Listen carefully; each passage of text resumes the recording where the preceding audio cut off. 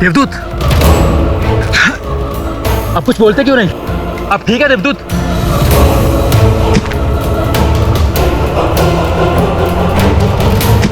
देवदूत, क्या हुआ आपको?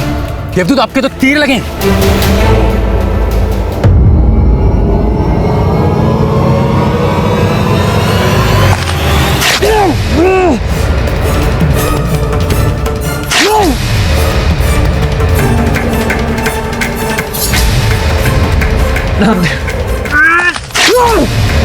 देवदूत, आप ठहरिए, मैं आपके लिए जल लेके आता हूं।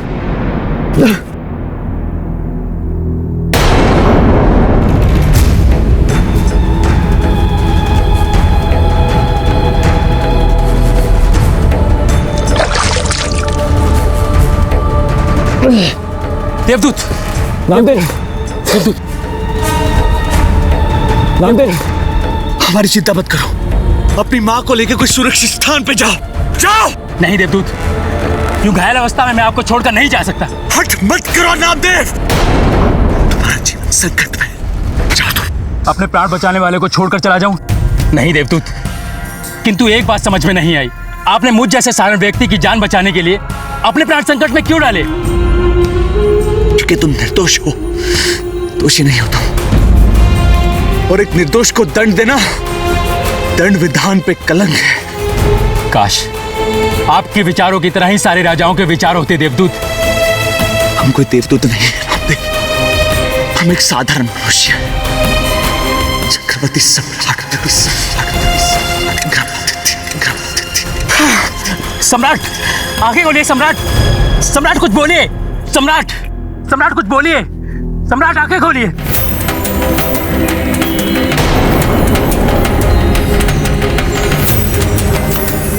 उज्जैन के नरेश सम्राट विक्रमादित्य,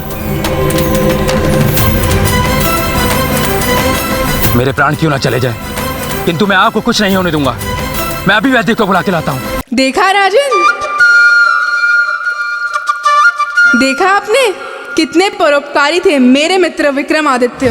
उन्हें क्या लेना देना कोई जिए या मरे, लेकिन नहीं, परोपकारी जो ठहरे, इसीलिए पराई आग में कूद पड़े और निश्चय कर लिया, और वो नामदेव को पचाकर ही रहेंगे, और निकलने की तैयारी कर ली।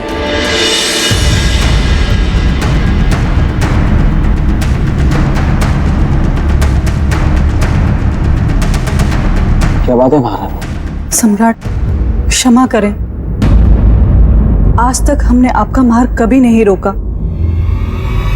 किंतु आज रोकेंगे। हम आपको काल को रोकने नहीं जाने देंगे। आप क्या कह रही हैं? वही जो एक सुहागन स्त्री को कहना चाहिए।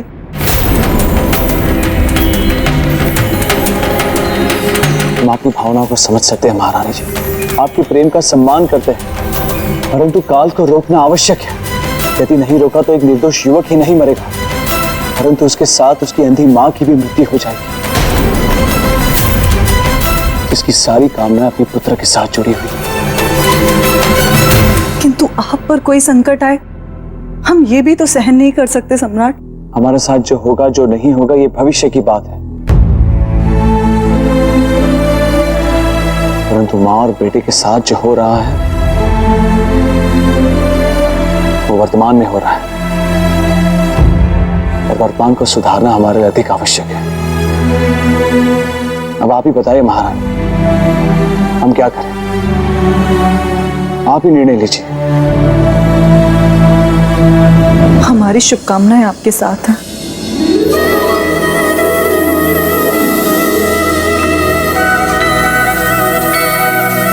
सहमति और सहयोग के लिए बहुत बहुत धन्यवाद महाराज। चलते हैं।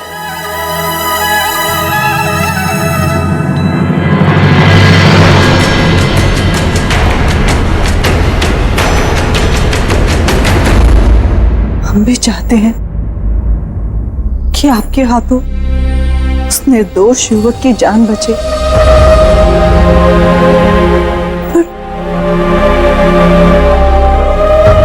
साथ ही साथ हम ये भी चाहते हैं कि हमारे साथ कुछ अप्रिय ना घटे।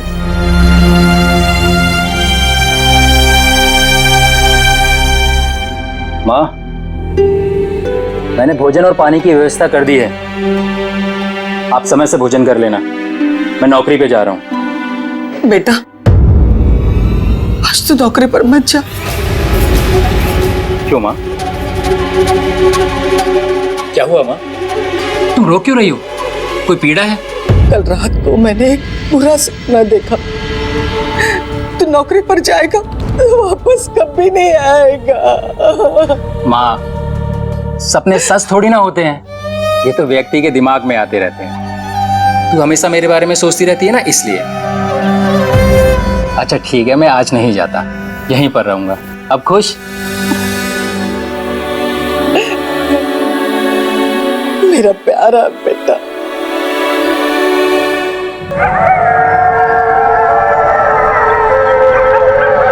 ये क्या? दिन में सियार के रोने की आवाज।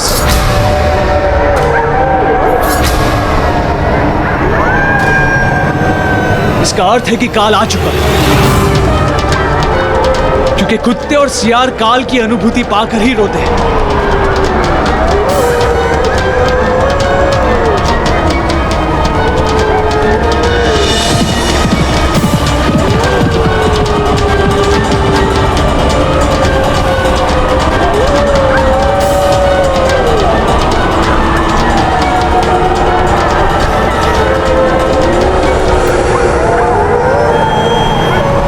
सियार के रोने की आवाज इसी दिशा से आ रही है। इसका अर्थ यह है कि काल भी इसी दिशा से आया हो। हमें इसी दिशा में जाना चाहिए।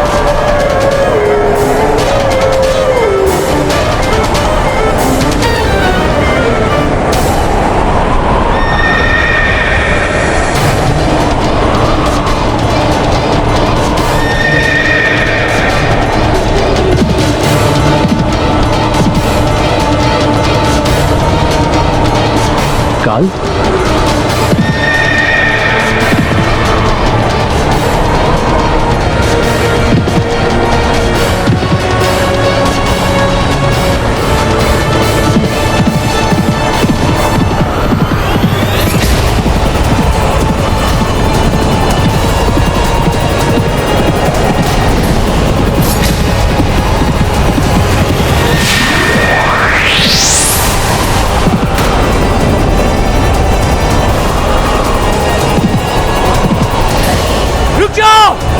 रुक जाओ काल!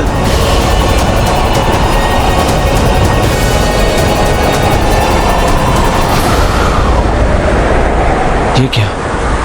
काल के शरीर का तो केवल भ्रम हुआ। हम तो उसे छू भी नहीं पाए।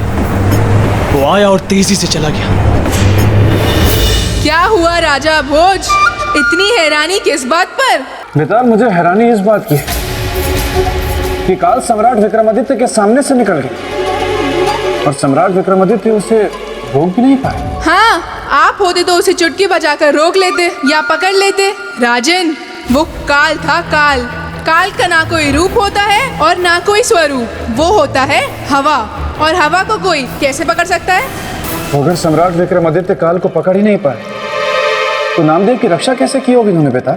इसीलिए तो मैं कहता हूँ राजन कि संसार के समस्त राजा एक तरफ और मेरा मित्र विक्रमादित्य एक तरफ। अगर वो काल था तो उसके सामने उसका काल था, यानी सम्राट विक्रमादित्य मेरे मित्र।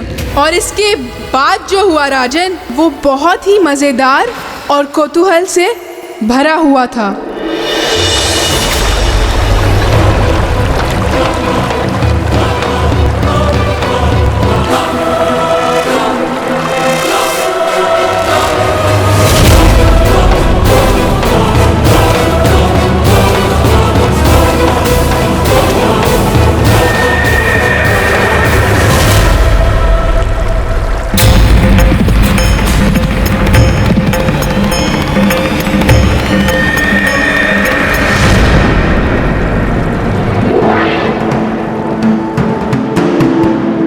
ये संसार में विराजमान पंचतत्व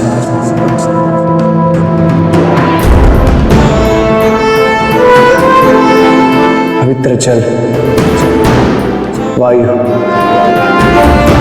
अग्नि, पृथ्वी और आकाश।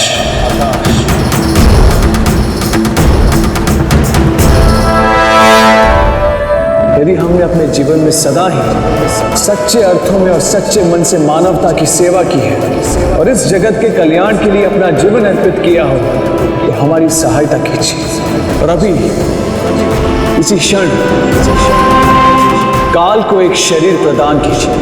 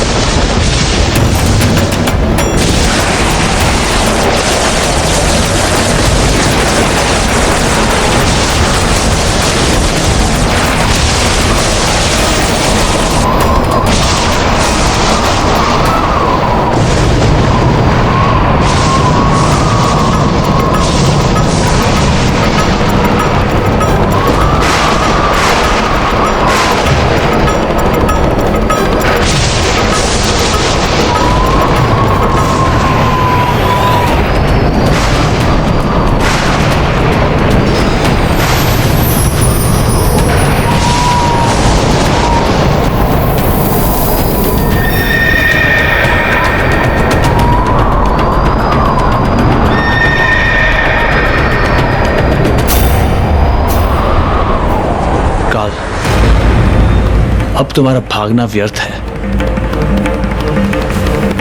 क्योंकि हमने तुम्हें शरीरधारी बना दिया है। अब हम तुम्हें छू भी सकते हैं और रोक भी सकते हैं। हम किसी निर्दोष की मृत्यु नहीं होने देंगे, कभी नहीं।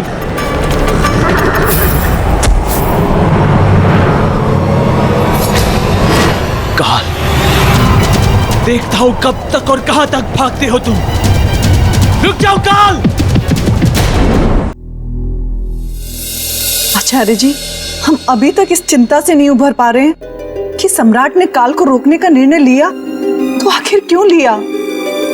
एक सम्राट के तौर पर उनका यह निर्णय लेना धर्म था, क्योंकि एक निर्दोष के जीवन की रक्षा करना एक राजा का परम कर्तव्य होता है। महारानी, हम मानते हैं आचार्य जी, हम मानते हैं कि जीवन रक्षा एक राजा का धर्म होता है, कर्तव्य होता है, पर काल को रोककर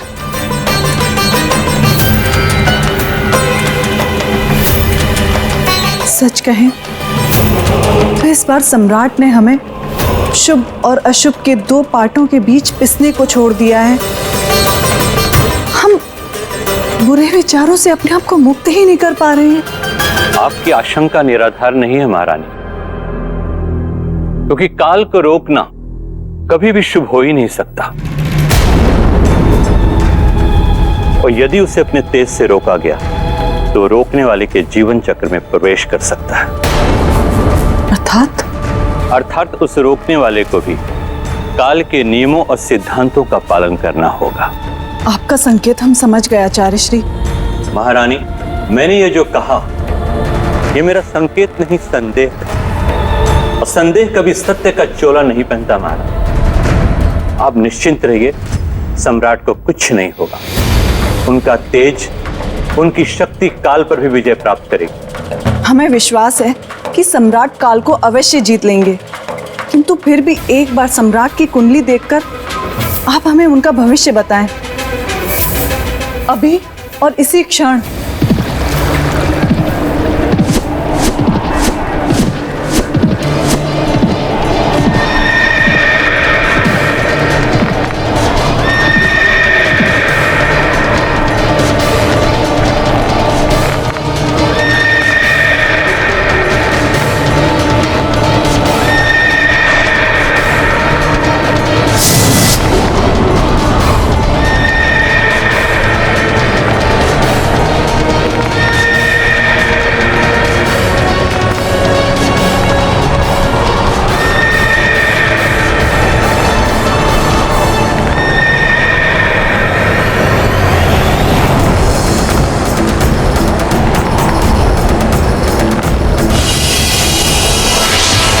विक्रमादित्य,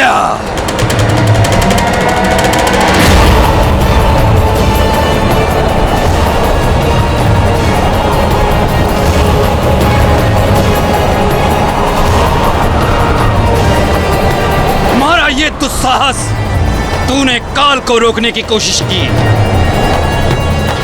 उसके मार्ग में तुम बाधा बने, तुम्हें इसका दंड मिलेगा, कठोर दंड। तो राजन, अगर आप मेरे मित्र की जगह होते तो क्या काल को ऐसे पकड़ सकते थे? नहीं नहीं नहीं नहीं, उत्तर मत दीजिएगा, क्योंकि मेरा ये प्रश्न ही गलत है। आप मेरे मित्र की जगह कैसे हो सकते? हो ही नहीं सकते। कहाँ बूंद और कहाँ सागर, कहाँ मिट्टी का दिया और कहाँ सोने की गागर। सही कहा आपने बेटा।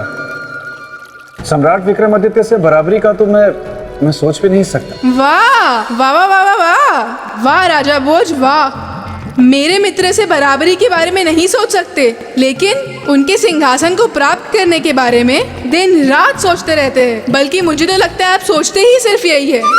श्रीमान बेटा, मैंने आपसे पहले भी कहा कि इस सिंहासन को मैं अपनी प्रजा के हित के लिए प्राप्त करना चाहता हूँ। इसलिए आप कृपया करके मुझे सम्राट विक्रमादित्य की परोपकार की कथा सुनाएं, ताकि मैं उससे प्रेरणा लेकर इस सिंहासन को प्राप्त कर सकूं। तो ठीक है, सुनिए। मेरा मित्र था काल के सामने और महारानी थी वराह मिहिर जी के सामने। आचार्य जी, देख ली आपने सम्राट की कुंडली? महारानी, मेरा ऐसा मत है कि अनावश्यक कुंडली नहीं देखनी चाहिए। कुंडली देखने का अर्थ है काल की गणना, और काल की गणना शुभ हो या अशुभ, आप बस सम्राट की कुंडली देखिए, ये हमारा आदेश है। जी महारानी।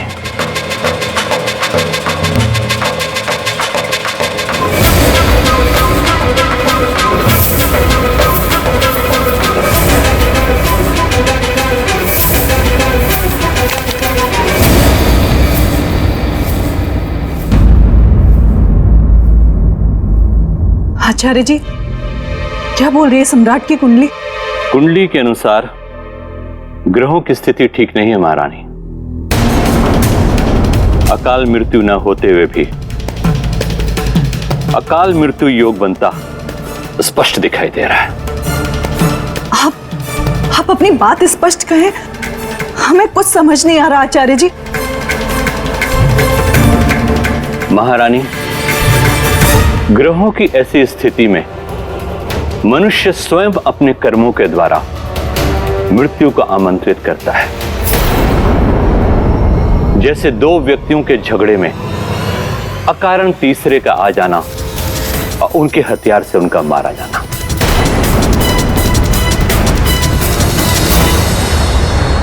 नहीं काल, नहीं, हमारे जीवित तुम उस निर्दोष मनुष्य की मृत्यु नहीं कर सकते, कभी नहीं। विक्रमादित्य, हट जाओ मेरे मार्ग से और जाने दो मुझे। इसके आगे हम तुम्हें नहीं जाने देंगे, किसी भी परिस्थिति में नहीं। विक्रमादित्य, तू मेरा मार्ग रोककर विधि के विधान में बाधा डाल रहा है। मान ले मेरी बात और जाने दे मुझे। परोपकार के हट में तू अपनी अकाल मृत्यु बुला रहा है। मृत्यु का भय नहीं है हमें। ओह, तो तू मरना चाहता है? मरने की चिंता नहीं है हमें काल, परंतु उस निर्दोष मनुष्य को, उसे कभी नहीं मरने देंगे। वो अपनी अंधी मां का सहारा है, अपने घर का दीपक है। हम उस घर को दुखों के अंधेरों में कभी नहीं डूबने देंगे, यह हमारा संकल्प है। तू अब मेरे क्रोध के कुएं में डूबेगा। तुम्हारी ये परोपकार की इच्छा ही तुम्हारा काल बनेगी। हट जाओ। काल, उस निर्दोष की मृत्यु करने से पहले तुम्हें हमारे साथ युद्ध करना होगा।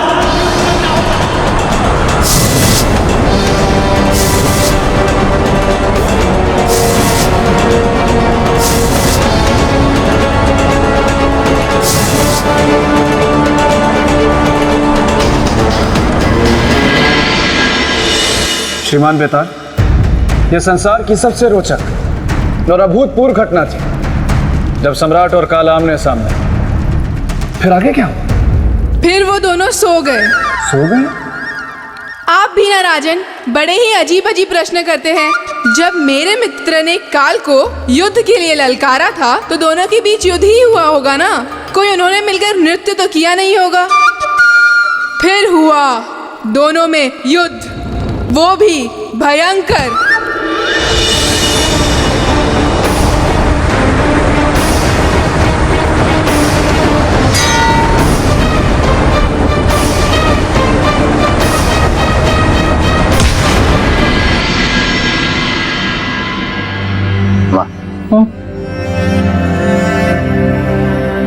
बेटा मेरा पेट भर गया। अच्छा माँ, अब तुम आराम करो, मैं चलूंगा।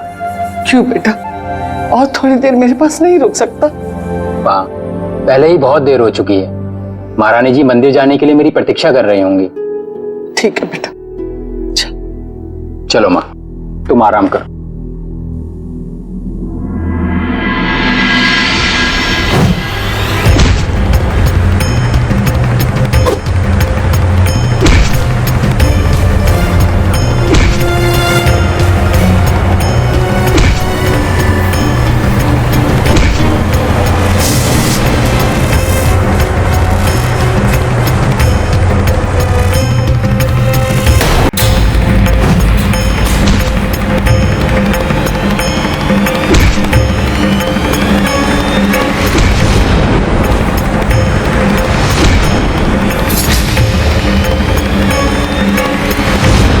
अच्छा माँ, अब तू आराम से सो जाना। मैं महारानी जी की पूजा खत्म होते ही वापस आ जाऊंगा। जल्दी आना। हाँ माँ, जल्दी ही आऊंगा। श्रीमान बेताल, मैं जानने को उत्सुक हूं कि कथा में आगे क्या हो और युद्ध का परिणाम क्या हो। सब बताऊंगा राजन। आगे हुआ ये कि जीवित तितलियां, इसका मतलब सौंदर्य लेखा यहाँ आ रही है और वो ये मेरी स्त्री वाली आवाज भी सुन लेगी। सौंदर्य लेखा? राजन, आप जरा यहीं रुकिए क्योंकि मुझसे मिलने कोई आया है प्रेत लोक से। बेतालनी मैंने बताया था ना, मैं उससे मिलकर उसे वापस भेजकर जल्दी आता हूँ।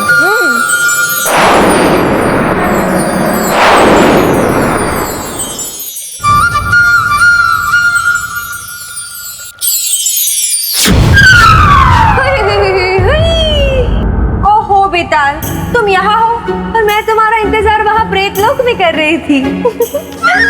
अरे बेताल, कुछ तो बोलो। क्या तुम मुझे देखकर खुश नहीं हो? कुछ तो कहो। अब इसको कैसे बताओ कि ब्रह्मदेव ने तो मुझे कुछ बोलने लायक ही नहीं छोड़ा। डांट दो या ताने मारो। देखो सौंदर्य लेखा। अरे बेताल, तुम तो बड़े हंसमुख हो। देखो सौंदर्य लेखा।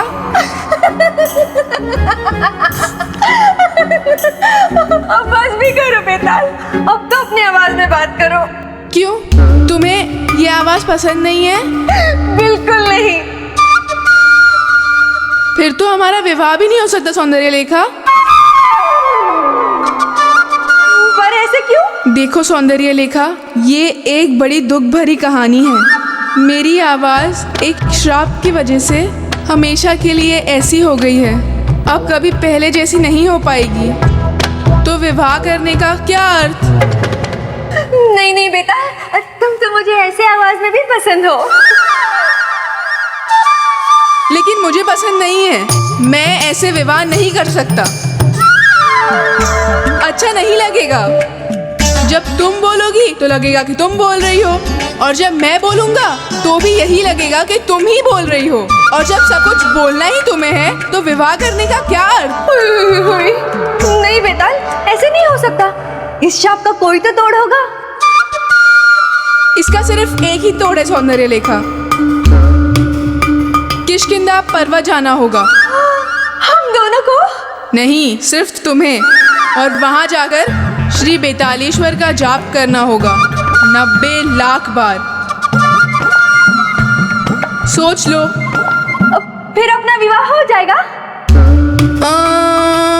ठीक है, तो मैं अभी जाती हूँ। 90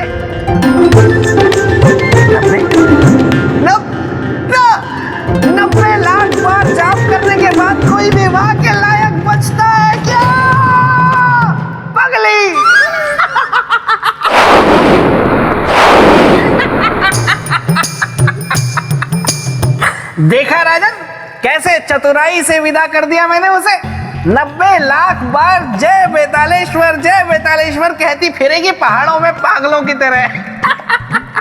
क्योंकि मैं हूँ बेताल, जो गलने नहीं देता किसी की भी दाल। और आप करते रहते हैं ऐसे अनेकों अनेक धमाल। अच्छा वो सब छोड़िए, आप मुझे ये बताइए कि सम्राट और काल के बीच युद्ध में क्या हुआ? युद्ध के सारे घोड़े भाग गए।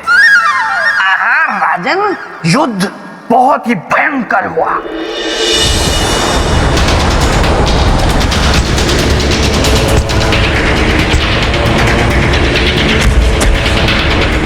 क्यों विक्रमादित्य, और करोगे परोपकार और बचाओगे उस घर के दीपक को?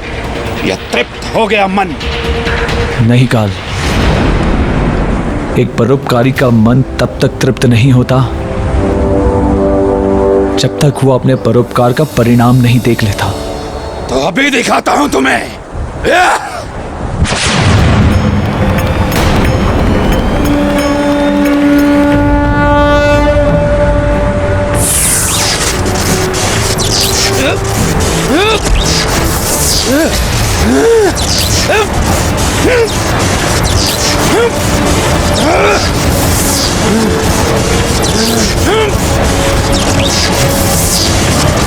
नहीं विक्रमादित्य, तुम मेरे साथ ऐसा नहीं कर सकते।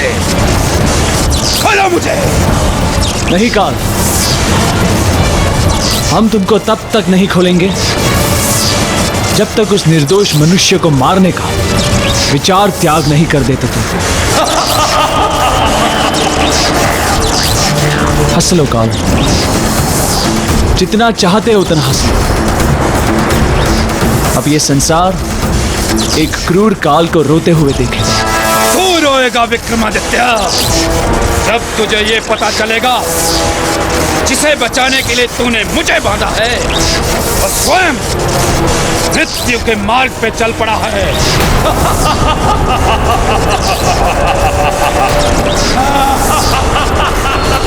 मेरे कारण महारानी जी को पूजा में बहुत देर हो गई। मुझे शीघ्र महल पहुंचना होगा। पकड़ो इसे! ये क्या? आप लोगों ने मुझे घेर क्यों लिया? क्योंकि तुम्हारी मृत्यु का आदेश है। मृत्यु का आदेश? पहना दो इसे बेड़ियां। किंतु सैनिकों, मुझे बंदी बनाने का कारण तो बताइए। मेरा अपराध क्या है? चतुर अपराधी कारण पूछकर खुद को निर्दोष सिद्ध करना चाहता है। छोड़ दो मुझे। बिना अपराध जाने मैं यहाँ से नहीं जाऊंगा। तुम लोगों को मुझे मेरा अपराध बताना ही होगा। ये किसकी आवाज है? बेटा ले चलो इसे घसीट के। मैं नहीं जाऊंगा। अरे कौन है? छोड़ दो मुझे। कौन है? बेटा नामदेव, मेरे बेटे को कहाँ लेके जा रहे हो? मैं नहीं जाऊंगा। छोड़ दो। नामदेव बेटा, ये कौन लोग हैं जो तुझे बलपूर्वक लेके जा रहे हैं? सैनिक मुझे अपने साथ कैदी बनाकर ले जा रहे हैं। अरे छोड़ दो मेरे बेटे को। ये महाराज का आदेश है। भावनाओं की आंच से नहीं पिघलेगा माता। हटिए, बाधा मत बनिए। ले चलो इसे। छोड़ दो मुझे। मेरे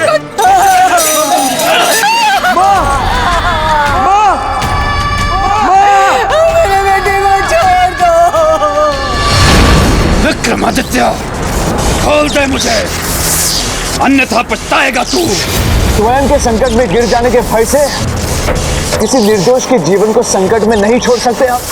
बहुत हट कर रहा है तू। विधि के विधान में बाधा डाल रहा है। मुझे मेरा कार्य करने दे। काल हूं मैं। काल को अपना शत्रु मत बना। शत्रु नहीं बना रहे हैं तुम। जिस तरह से तुम अपना कार्य कर रहे हो, ठीक उसी तरह से हम भी अपना कार्य कर रहे हैं काल। अपने इस परोपकार का दुष्परिणाम जानता है तू। तू मेरा ग्रास बन सकता है। मुक्त कर मुझे। अवश्य मुक्त कर दूंगा तुम्हें, परंतु अभी नहीं। उस निर्दोष मनुष्य की मृत्यु की घड़ी टल जाने के बाद। विक्रमादित्य, मेरी एक बात याद रख। किसी की नियति बदलने के प्रयास में तू अपनी नियति को काल की फेंक चढ़ा रहा है। विक्रमादित्य!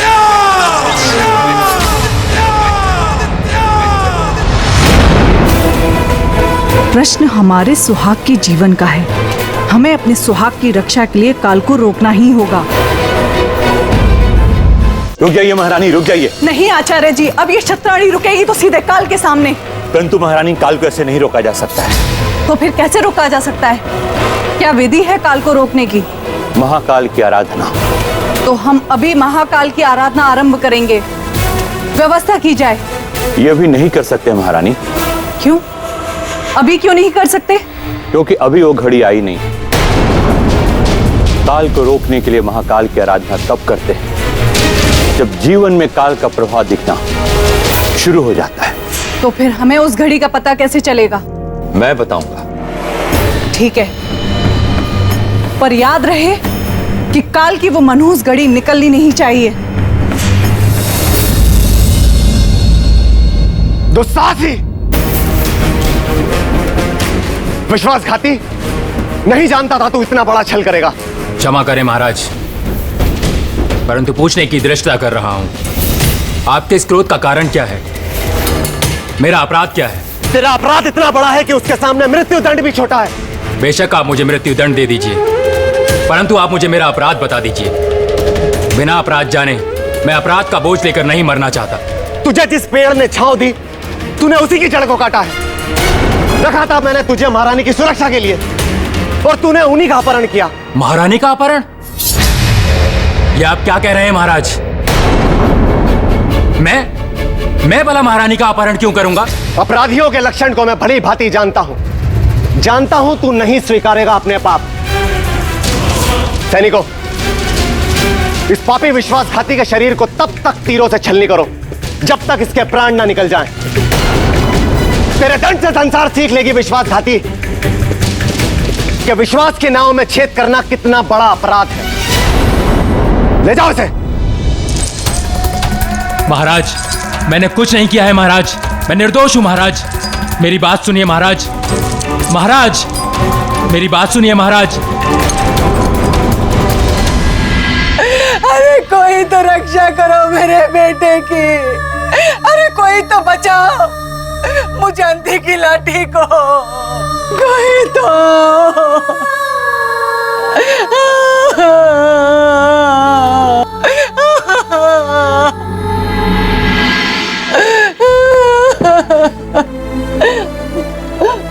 क्या बात है माता? मेरा बेटा, मेरा बेटा, मेरा बेटा। क्या हुआ आपके बेटे को? बिना कारण मेरे बेटे को राजा के सैनिक उठाकर ले गए। इसका मतलब हमें देर हो गई पहुंचने में। मेरा बेटा निर्दोष है, मेरा नामदेव निर्दोष है। आपके बेटे की रक्षा हम करेंगे, आप निश्चिंत रहें। कुछ नहीं होने देंगे हम नामदेव को। यह हमारा एक मां को वचन है।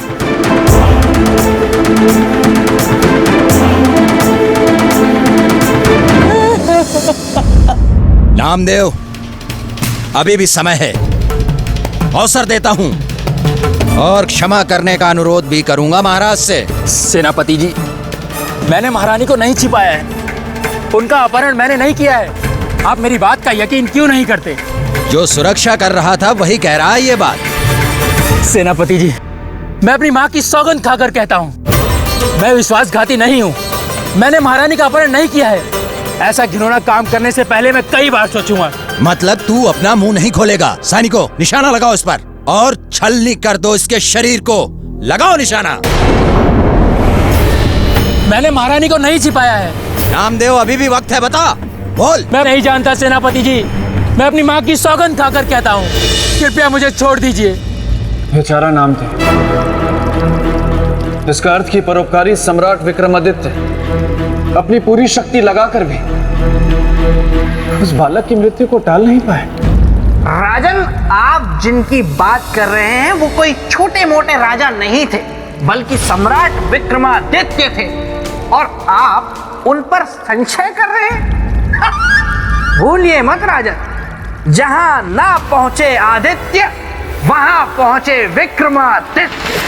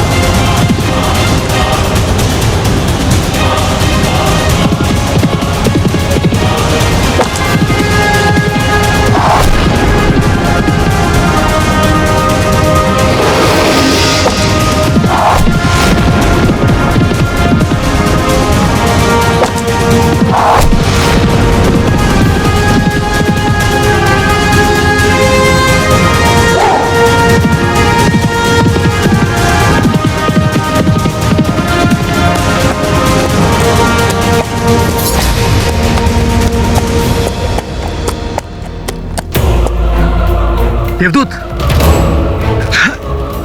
अब कुछ बोलते क्यों नहीं? अब ठीक है देवदूत?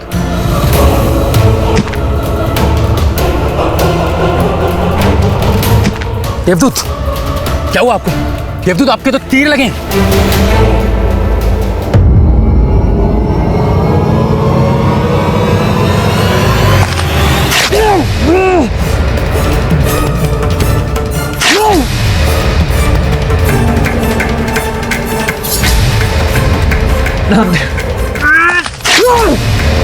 देवदूत, आप ठहरिए, मैं आपके लिए जल लेके आता हूं।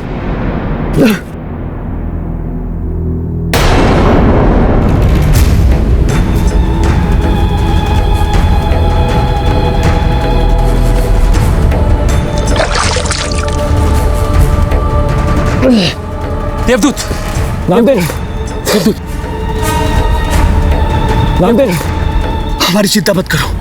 अपनी माँ को लेकर कोई सुरक्षित स्थान पे जाओ, जाओ। नहीं देवदूत, यूं घायल अवस्था में मैं आपको छोड़कर नहीं जा सकता। हट मत करो नामदेव, तुम्हारा जीवन संकट में। जाओ तुम। अपने प्राण बचाने वाले को छोड़कर चला जाऊं? नहीं देवदूत, किंतु एक बात समझ में नहीं आई, आपने मुझ जैसे साधारण व्यक्ति की जान बचाने के लिए अपने प्राण संकट में क्यों डाले?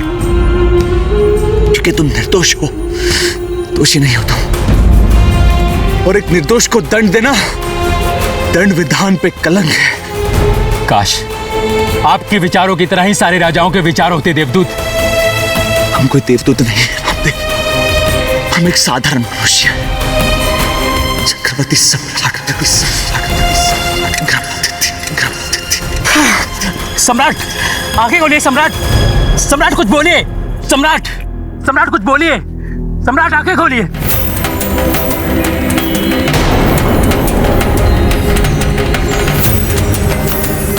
उज्जैन के नरेश सम्राट विक्रमादित्य, मेरे प्राण क्यों ना चले जाएं, किंतु मैं आपको कुछ नहीं होने दूंगा। मैं अभी वैद्य को बुला के लाता हूं।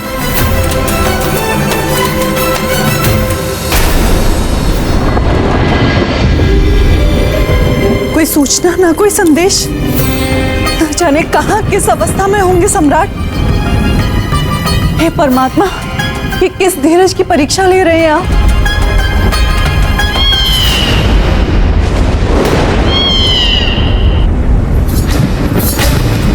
काली बिल्ली, ये कैसा अशुभ संकेत है? हे परमात्मा, हमारे सम्राट की रक्षा करना।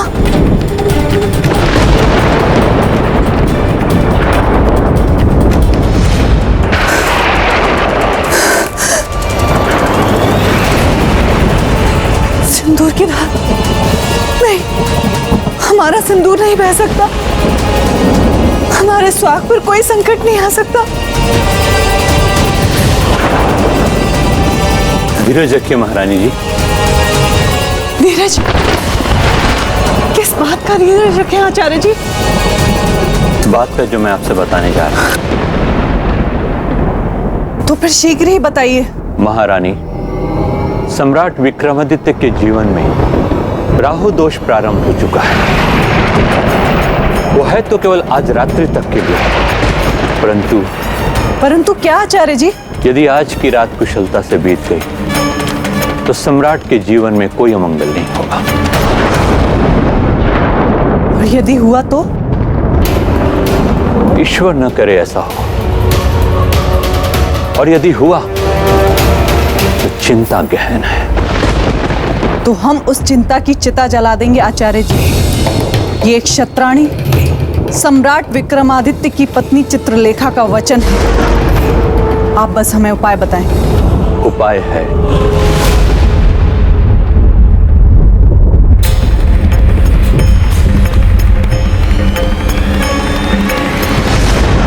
आचार्य जी, जब तक चित्रलेखा की नाड़ियों में सम्राट के नाम का रक्त बह रहा है, तब तक कोई काल उन्हें छू भी नहीं सकता। और यदि किसी काल ने उनके निकट आने का दुस्साहस भी किया तो एक सुहागिन का श्राप उसे जलाकर भस्म कर देगा।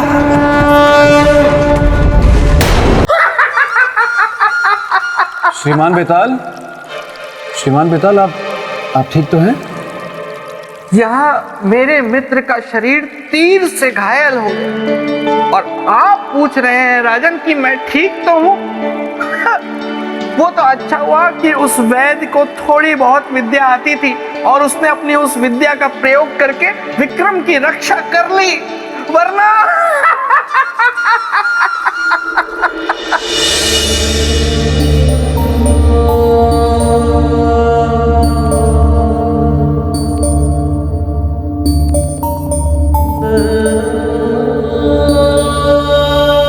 वैद्य जी। बेटे, मैं जितना उपचार कर सकता था मैंने कर दिया, अब बाकी ऊपर वाले के हाथ में है, क्योंकि तीर का विष इनके सारे शरीर में फैल चुका है। तो विष का प्रभाव कब खत्म होगा और इन्हें होश कब आएगा? प्रातः काल तक इन्हें होश आ जाना चाहिए। यदि होश न आए तो इनके सगे संबंधी को सूचित कर।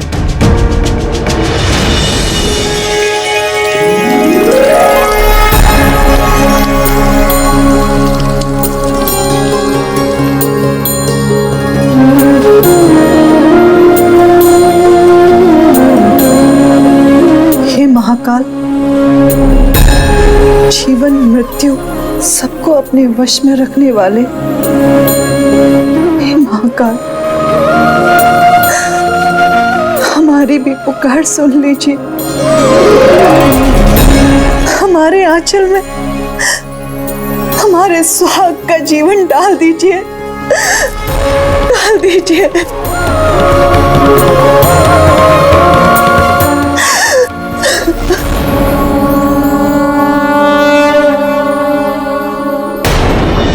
हे विधाता, मैं तुझसे भिक्षा मांगता हूँ, मेरी जान बचाने वाले देवदूत को बचा ले।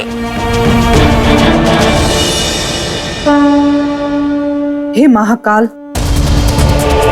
हमारी हथेली पर ये दिए तब तक जलेंगे जब तक कि हमारे सम्राट आकर फिर से हमारी मांग में सिंदूर नहीं भर देते और हमें अखंड सौभाग्यवती होने का आशीर्वाद नहीं दे देते। अन्यथा इन्हीं दियों की ज्योत को हम अपनी चिता की ज्वाला बना देंगे।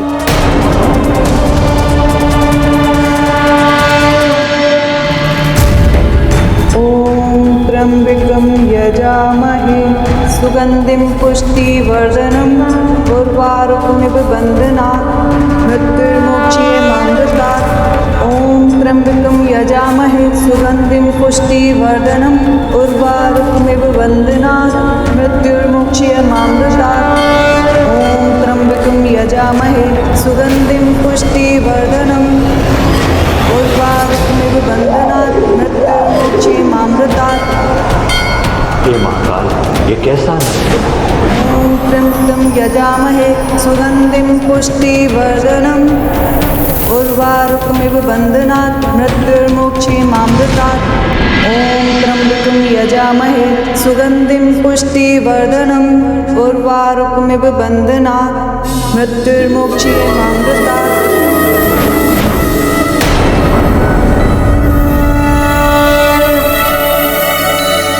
महारानी, राहु काल टल चुका है, सम्राट का जीवन अब बिल्कुल सुरक्षित है।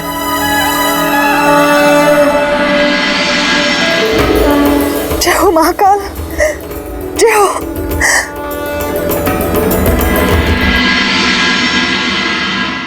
वैद्य जी, वैद्य जी, अरे भगवान तेरा लाख लाख शुक्र है।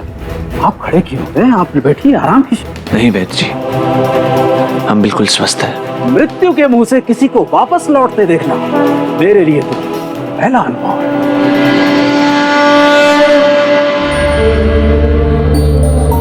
कभी कभी जो औषधि नहीं कर सकती वो आराधना कर जाती है। अवश्य ही आपका जीवन प्रार्थना और आराधना का ही फल है।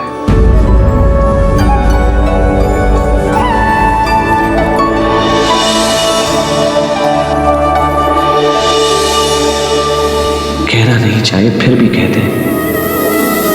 हम आभारी हैं आपके प्रेम के, आपके समर्पण के और आपकी निष्ठा के।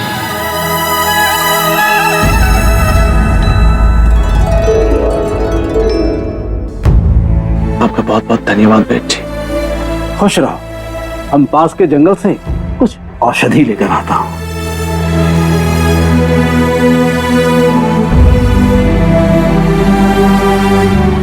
नामदेव, जीवन आपकी ही देन है। मैं आजीवन आपका ऋणी रहूंगा।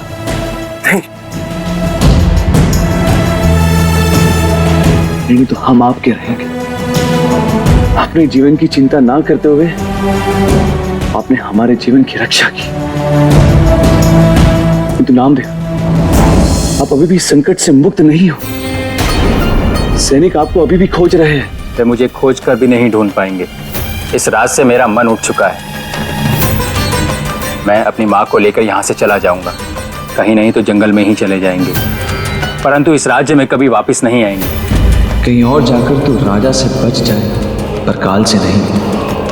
और काल से बचने का एक ही उपाय है, उस समस्या का अंत हो जिसके कारण तुम्हारे जीवन पर यह संकट आया है। नामदेव। जी सम्राट। आपकी मृत्यु दंड का कारण क्या अपराध किया था आपने? मेरी जानकारी में तो कुछ नहीं, परंतु वे मुझे विश्वासघाती कह रहे थे। रानी को छुपाने की बात कर रहे थे। अब एक काम कीजिए, व्यास नदी के तट पर अपनी माताश्री के साथ हमारी प्रतीक्षा कीजिए। हम आपको वहीं मिलेंगे। जी सम्राट।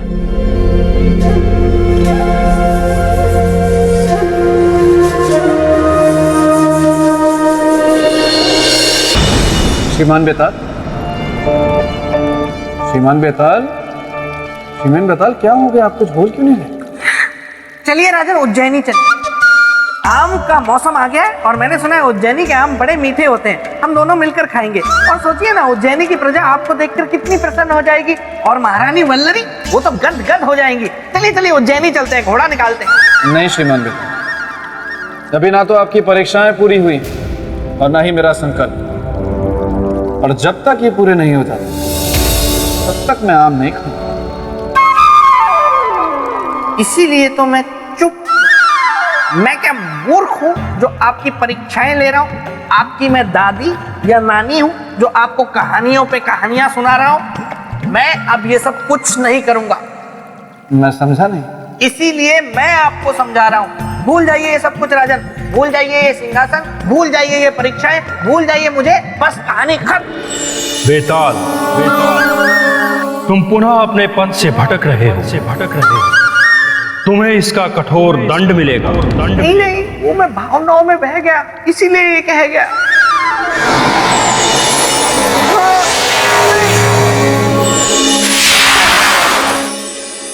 श्रीमान बेताल, कहाँ हैं आप? अरे यहाँ हूँ राजा भोज, यहाँ देखिए खेल हो गया है। कहाँ हैं? आपकी आवाज तो सुनाई दे रही है लेकिन आप नहीं दिखाई दे रहे। अरे यहाँ देखिए ना। श्रीमान बेताल, आपने अपना कद छोटा क्यों कर लिया? ये मेरी शक्ति है। मैं अपनी शक्ति से अपना कद कितना भी छोटा कर सकता हूँ और कितना भी विशालकाय। मुझ में बहुत सी ऐसी शक्तियां हैं जिनके बारे में मैंने आपको नहीं बताया राजा भोज। एक एक करके निकालता हूँ। कभी मैं शेर भी बन जाता हूँ, और जब मैं शेर बन जाता हूँ तो फिर आसपास कोई दिखाई नहीं देता। आप ये सब छोड़िए, आप सुनिए आगे क्या हुआ। अवश्य। मैं बड़ी कथा आपको छोटे कद से सुनाऊंगा। कैसे बचकर गया वो घुड़सवार? क्षमा करें महाराज, वो हमारे हाथों से बचकर अवश्य चला गया है, पर काल के हाथों वो नहीं बचेगा। हमने तीरों से पूरी तरह उसे भेद दिया है। राजन, परोपकार की रक्षा के लिए मेरे मित्र विक्रमादित्य अपने प्राणों को भी दांव पर लगा दिया, और नामदेव का जीवन बचाने के लिए अपने जीवन की आहुति देने से भी नहीं चूके, और रुद्र प्रताप के सम्मुख जाकर खड़े हो गए। सेनापति, उसका पकड़ा जाना महत्वपूर्ण था, उसका जीवित होना या मृत होना नहीं। यदि तुम लोग उसको पकड़ लेते तो नामदेव के उस षड्यंत्रकारी साथी से हम महारानी का पता लगा सकते थे। महाराज, महाराज,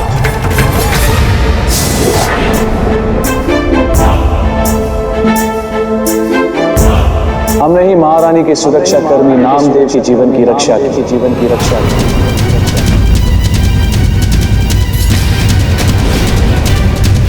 चक्रवर्ती सम्राट विक्रमादित्य, आप? हाँ, आपके जैसा धर्मिष्ठ, चरित्रवान, उदार और परोपकारी राजा और आपने किया ऐसा षड्यंत्र? नहीं। नहीं तो इसे और क्या कहेंगे? मानवता। मानवता महाराज, और इसी की खातिर हमने एक निर्दोष का जीवन बचाया, ताकि राज धर्म का दंड विधान प्रश्नों के घेरे में खड़ा ना हो। और अब अगर आपकी अनुमति हो तो एक सम्राट एक महाराज से प्रश्न पूछना चाहेगा। कैसा प्रश्न? नामदेव के मृत्यु दंड का प्रश्न। इतने कठोर दंड का कारण क्या था? उसका विश्वासघात, उसका छल, उसकी बदनीयती।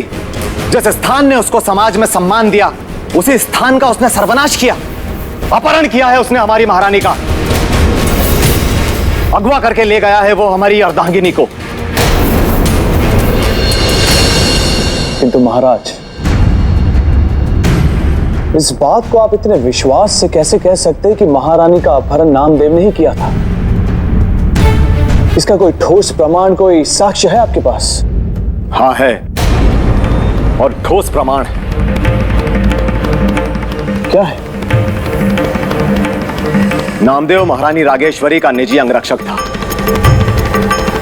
कल की ही बात है। महारानी नाग देवता की पूजा करने हेतु नाग मंदिर के लिए जा रही थी। महाराज, आप निराश ना हो। हमारी नागदेव की पूजा व्यर्थ नहीं जाएगी। नागदेव की कृपा से हमें संतान सुख अवश्य ही प्राप्त होगा।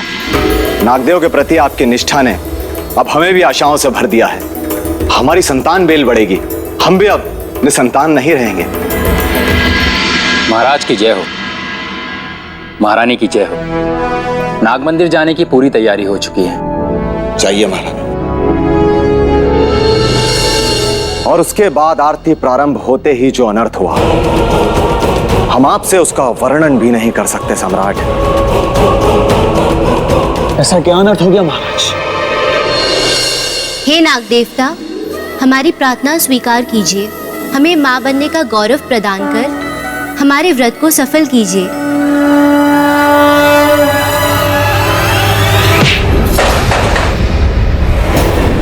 आपका व्रत अवश्य पूरा होगा महारानी। आप अवश्य मां बनेंगी, किंतु नागदेव की कृपा से नहीं, हमारी कृपा से। चलिए हमारे साथ। नामदेव, हमारा हाथ छोड़ो, होश में आओ। दासियों, सैनिकों को बुलाओ।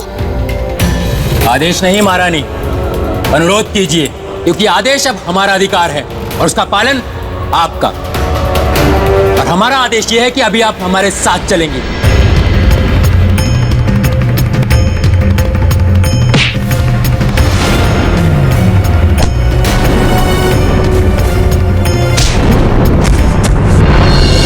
ये हमारे वही विश्वास पात्र सैनिक हैं जिन्होंने कल उस कुटिल को रोकने की कोशिश की थी।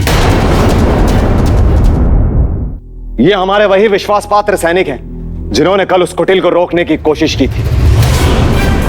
नामदेव का वैसा भयानक रूप हमने आज तक नहीं देखा सम्राट। और सम्राट, ना जाने उसमें इतनी शक्ति कहां से आ गई। हम लोग मानो उसके सामने चींटी थे। बोलिए, क्या आप भी आपको कोई प्रमाण चाहिए, कोई साक्ष्य चाहिए उसके विरुद्ध? महाराज, कभी कभी रस्सी को देखकर भी सांप का भ्रम हो जाता है। आप कहना क्या चाहते हैं? यही कि नामदेव निर्दोष है। मुझे आपकी इस बात से दुख कम और आश्चर्य अधिक हो रहा है कि आपके जैसा गुणी व्यक्ति ऐसी बात कर रहा है। नामदेव के समर्पण को, उसके कर्तव्य परायणता को आप देख भी नहीं पा रहे। महाराज, इसीलिए आपसे अनुरोध है कि हमारे आने तक नामदेव को दंडित करने का अपना यह निर्णय स्थगित रखेगा। आशा है कि आप मान रखेंगे हमारी अनुरोध का। ठीक है, हम आपके आने तक प्रतीक्षा करेंगे। धन्यवाद। और महारानी रागेश्वरी के स्वागत की भी तैयारी करके रखेगा।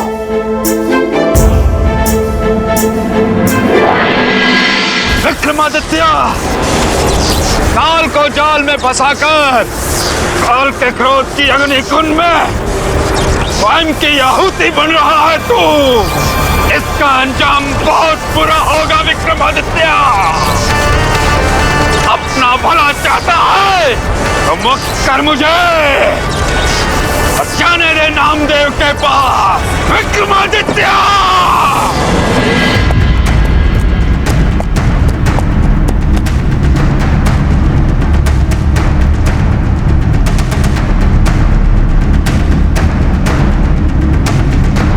कहां से आ रहे हैं सम्राट? हमारे महाराज रुद्र प्रताप से मिलकर। तो उन्होंने मेरे अपराध के बारे में कुछ बताया? हाँ। क्या बताया? कि कल नाग मंदिर से महारानी रागेश्वरी का अपहरण तुम्ही ने किया था। नहीं सम्राट, ये सरासर झूठ है। मैं अपनी महारानी का अपहरण क्यों करूंगा? कल तो मैं राजमहल गया ही नहीं था नौकरी पर। हाँ सम्राट, ये सत्य कह रहा है। ये कल मेरे पास ही था। ये क्या कह रहे हो तुम? तो फिर नाग मंदिर में महारानी के साथ कौन था? कौन था जिसने तुम्हारा वेश धारण कर सभी को धोखे में रखा? किसी पे कोई संदेह या फिर ऐसी कोई घटना जिससे अपहरण के संकेत मिले? याद करो नामदेव, कुछ याद आया?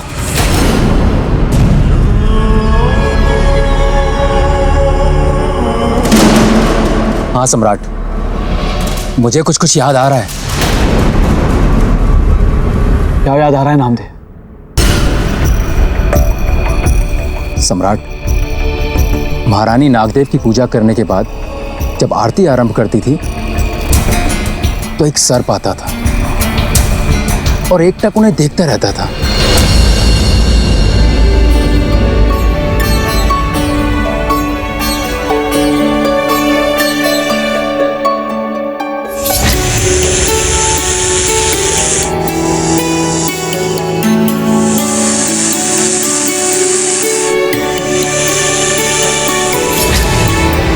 पहले तो मैंने साधारण सी बात समझकर उस पर ध्यान नहीं दिया, परंतु जब वो प्रतिदिन आने लगा तो एक दिन मैंने द्वार पर ही उसका रास्ता रोक लिया।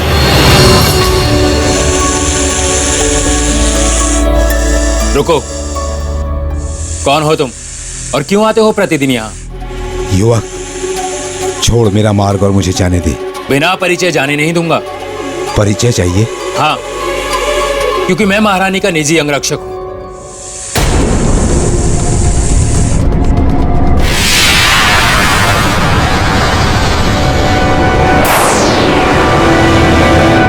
नादान युवक, मैं तक्षक नाग हूं, विषधर तक्षक नाग। अपना हित चाहता है तो हट जा मेरे रास्ते से। क्षमा करना, मेरा कर्तव्य हटना नहीं, काम पर डटे रहना है और उस बाधा को रोकना जो महारानी की नाग देवता की पूजा में विघ्न उपस्थित हो। इसलिए मैं तुम्हें जाने नहीं दूंगा। तेरा ये दुस्साहस कि तू तक्षक को रोके? यदि मैं चाहूं तो तुम्हें अभी यहीं अपने विष से जलाकर भस्म कर सकता हूं, लेकिन यहां इस स्थान पर ऐसा करना नाग देवता का अपमान होगा। इसलिए ऐसा नहीं करूंगा, किंतु तुम्हें दंड अवश्य दूंगा, और ऐसा दंड दूंगा कि भविष्य में संसार तक्षक का मार्ग रोकने की मात्र कल्पना भर से भी कांपेगा। मात्र कल्पना भर से।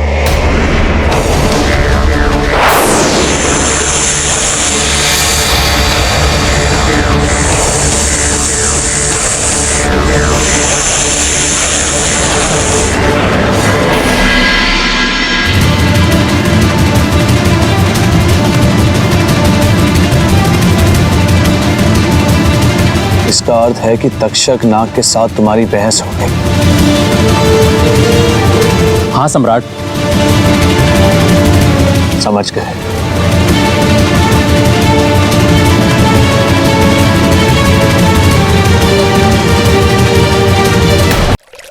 इतना छोटा कर दिया।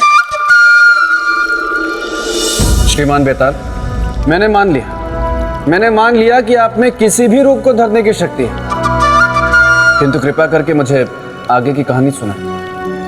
मैं जानने के लिए उत्सुक हूं। राजन, ऐसा कीजिए, आप थोड़ा विश्राम कर लीजिए, क्योंकि कहानी सुनाने का अभी मेरा मन नहीं हो रहा। थोड़ी देर बाद मेरा मन हो जाएगा, फिर मैं आपको कहानी सुनाऊंगा। तब तक अगर आप चाहें तो जल और फल ग्रहण कर लीजिए। लेकिन श्रीमान बेताल, मैं भूखा और प्यासा नहीं हूँ, पर मैं कथा सुनना चाहता हूँ। देखिए, मैं बेमन से सुना तो दूंगा, पर फिर कुछ भूल गया तो इसलिए बाद में सुनाता हूँ ना, जाइए ना। अच्छी बात। बेताल, बेताल, ब्रह्मदेव, तुम पुनः अपने पथ से भटक रहे हो। नहीं ब्रह्मदेव, ये तो मैंने जानबूझकर ऐसी कहानी सुनाई। मुझे पता था ये सुनकर आप जरूर प्रकट होंगे। कृपया मुझे इससे मुक्त कर दीजिए। ठीक है, किंतु स्मरण रहे, यदि तुम पुनः अपने पथ से भटके तो तुम्हें कठोर दंड मिलेगा। हाँ, मैं नहीं भटकूंगा।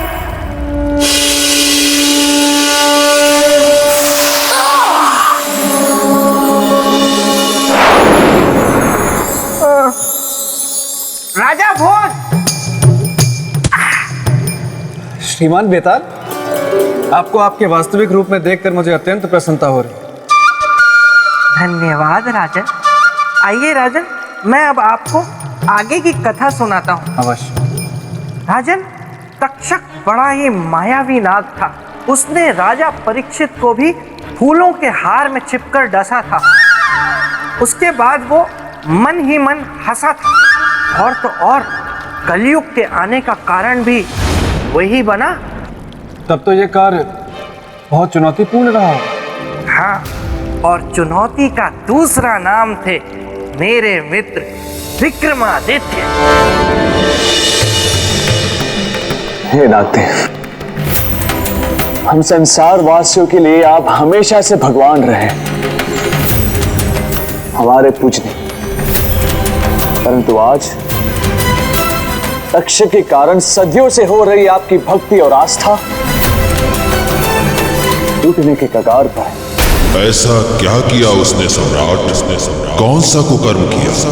कौन सा अधर्म? उसने पृथ्वी लोक से महारानी रागेश्वरी का पूजा स्थल से अपहरण किया है। अपने इस घिनौने कुकर्म से आपके देवत्व और नागकुल को कलंकित किया है उसने। आपके भक्तों के हृदय में कटुता और शत्रुता का विष भर दिया। इसलिए हे नागदेव, हमारी आपसे विनती है, उसके लोक जाने का मार्ग बताए।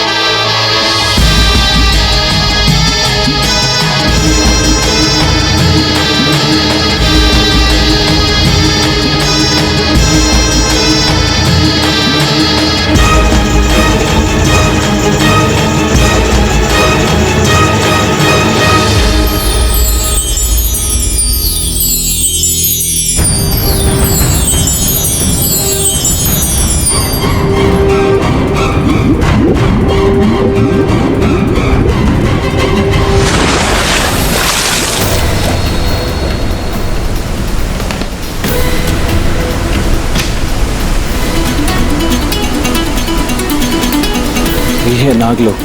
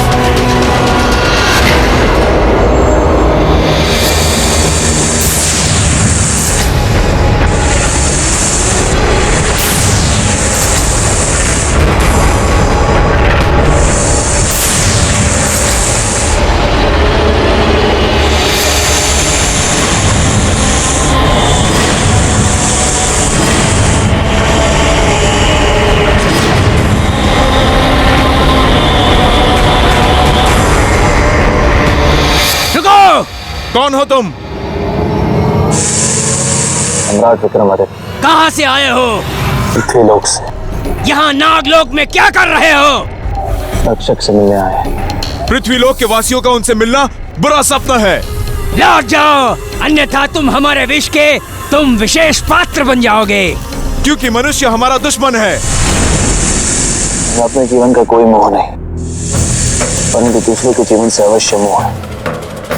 हमारा मार्ग छोड़ो, जाने दो हमें। असंभव। मित्रों, इसे समझाना व्यर्थ है, मार दो इसे।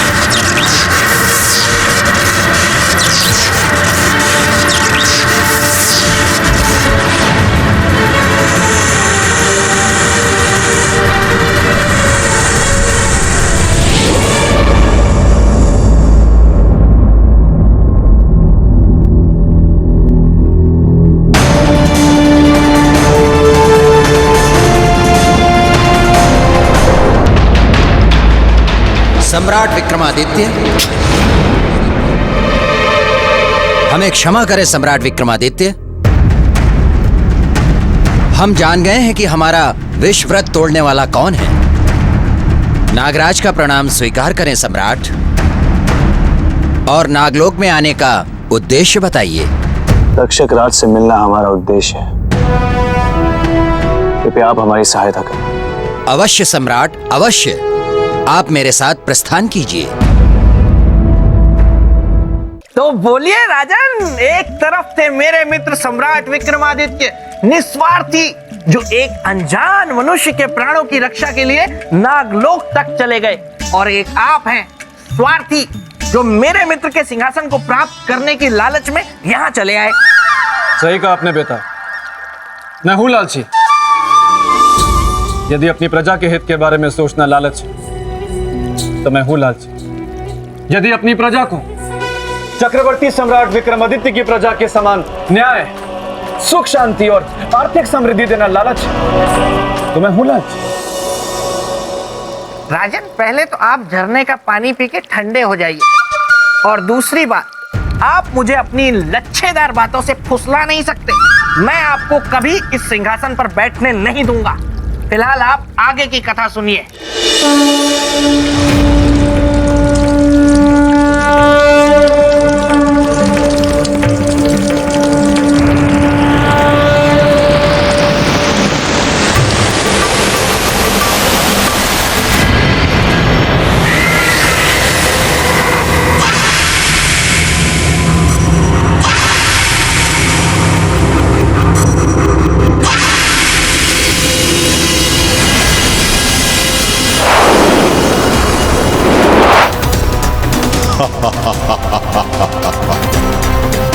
आज के इस शुभ दिन बधाइयां गूंजेंगी इस नागलोक में, क्योंकि तक्षक अपने परम शत्रु मनुष्य की सबसे बड़ी कमजोरी, उसकी एक और पतिव्रता स्त्री के सतीत्व का आज हरण करेगा, उससे विवाह करेगा।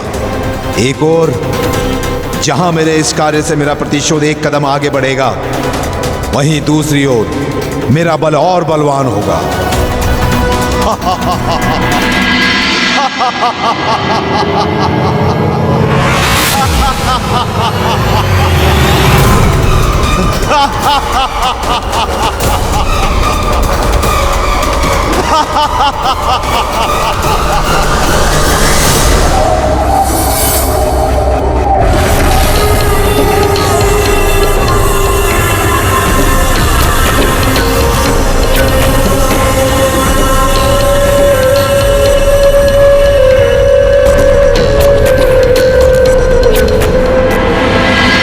तक्षक तक्षक तक्षक।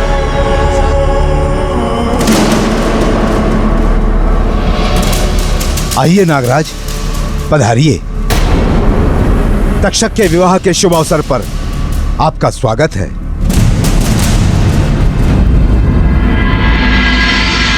स्वागत सत्कार तो बाद में होता रहेगा तक्षक, पहले सम्राट विक्रमादित्य के मन में बैठे संशय को दूर करो। कैसा संशय?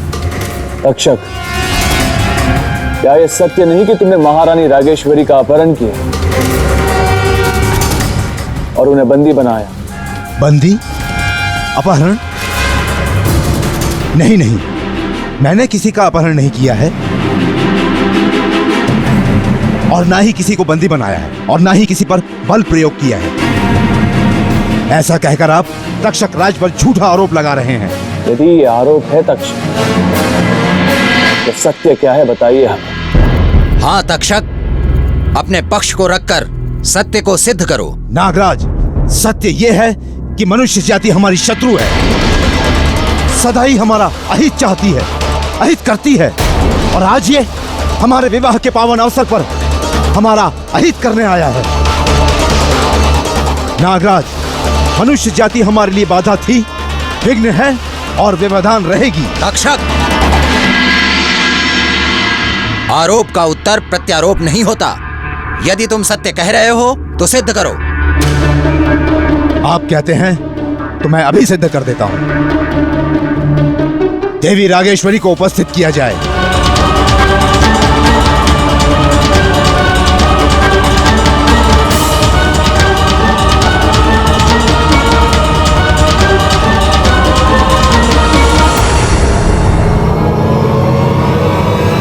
सम्राट, भाग्य मनाओ कि तुम नागराज के साथ हो, अन्यथा सारा संसार जानता है कि मैं कौन हूं।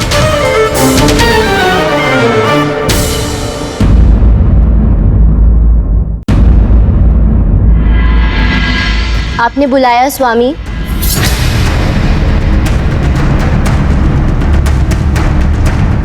महारानी रागेश्वरी।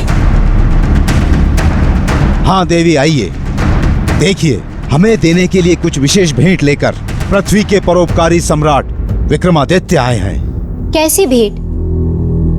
हमारे विवाह की भेंट? हाँ,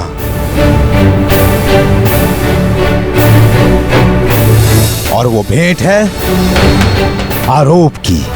इनका कहना है कि हमने आपका अपहरण किया है और आपसे आपकी इच्छा के विरुद्ध विवाह कर रहे हैं। नहीं सम्राट, ये गलत है। हम स्वयं की इच्छा से इनसे विवाह कर रहे हैं। महारानी रागेश्वरी, क्या आप क्या कह रही हैं? आप विवाहित हैं, महाराज रुद्र प्रताप की पत्नी हैं आप। होंगे कभी, परंतु अभी हम केवल इनसे प्रेम करते हैं।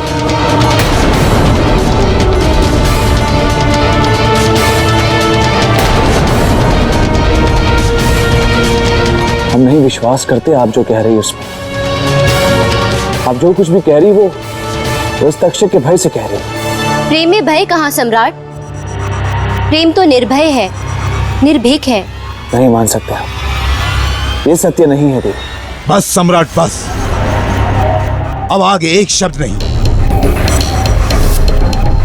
आपने जो प्रसंग छेड़ा था उस प्रसंग का सुखद अंत हो गया है।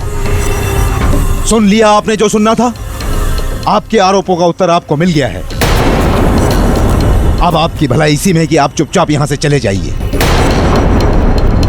शुभ कार्य में विघ्न उपस्थित करने की कोशिश ना करें। जाइए यहां से। आइए देवी, बैठिए यहां।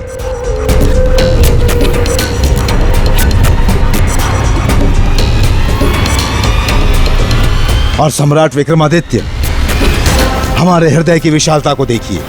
आपने हम पर आरोप लगाए, पर हम आपको आमंत्रण दे रहे हैं अपने विवाह में साक्षी होने का। विवाह संपन्न होने पर ही जाइए। पुरोहित जी, शुरू कीजिए।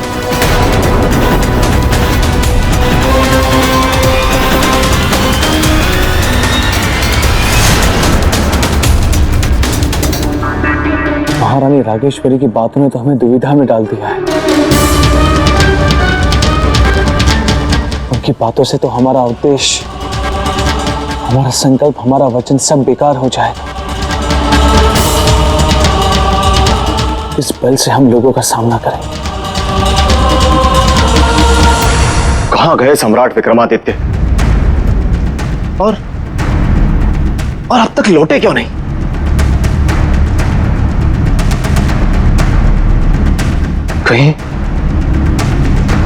कहीं उन्होंने हमें धोखा तो नहीं दे दिया? महारानी रागेश्वरी चाहे कुछ भी कहे, परंतु हमारी आत्मा यह कहती है कि असली अपराधी तक्षक ही है, और नामदेव के जीवन को बचाने के लिए हमें किसी भी कीमत पर तक्षक को पृथ्वी लोक ले जाना होगा। पुत्र, अब छोड़ दे सम्राट के आने की आस और चल, इससे पहले कि रुद्र प्रताप के सैनिक फिर से तुझे पकड़ने आ जाए, हम लोग कहीं और चले जाते हैं। पुत्र, पुत्र।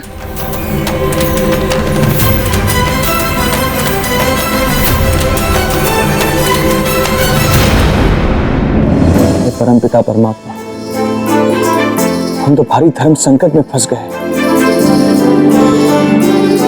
एक तरफ कालदेव बंधे हुए और दूसरी तरफ महारानी रागेश्वरी तक्षक के छल की शिकार हुई। अनर्थ ना हो जाए इसलिए तब तक कालदेव को मुक्त नहीं कर सकते जब तक इस समस्या का हल ना हो जाए।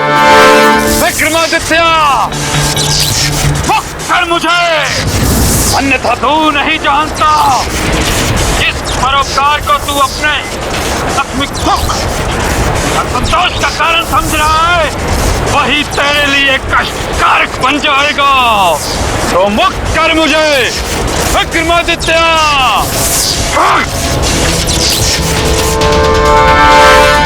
तक्षक के विवाह को रोकने के लिए हमें शीघ्र ही कोई उपाय खोजना होगा, अन्यथा हम दूध का दूध और पानी का पानी अलग नहीं कर पाएंगे। क्या हुआ राजन?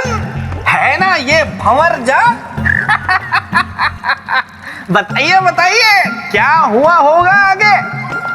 श्रीमान बेताल, ना तो सत्यत्व भंग हुआ होगा, वरना परोपकार की पराजय हुई होगी। क्योंकि अगर एक सत्य है तो दूसरा धर्म, और दोनों अटल है। कर दी ना आपने फिर से वही घिसी पिटी किताबी बातें शुरू। राजन, थोड़ा तो दिमाग लगाइए, समझिए बात को। अरे महारानी तो तक्षक के बस में थी, फिर ऐसा कैसे हो सकता है कि उनका सत्यत्व भंग ना हुआ हो? बोलिए, उत्तर दीजिए। या तो उत्तर दीजिए या भूल जाइए सिंहासन को।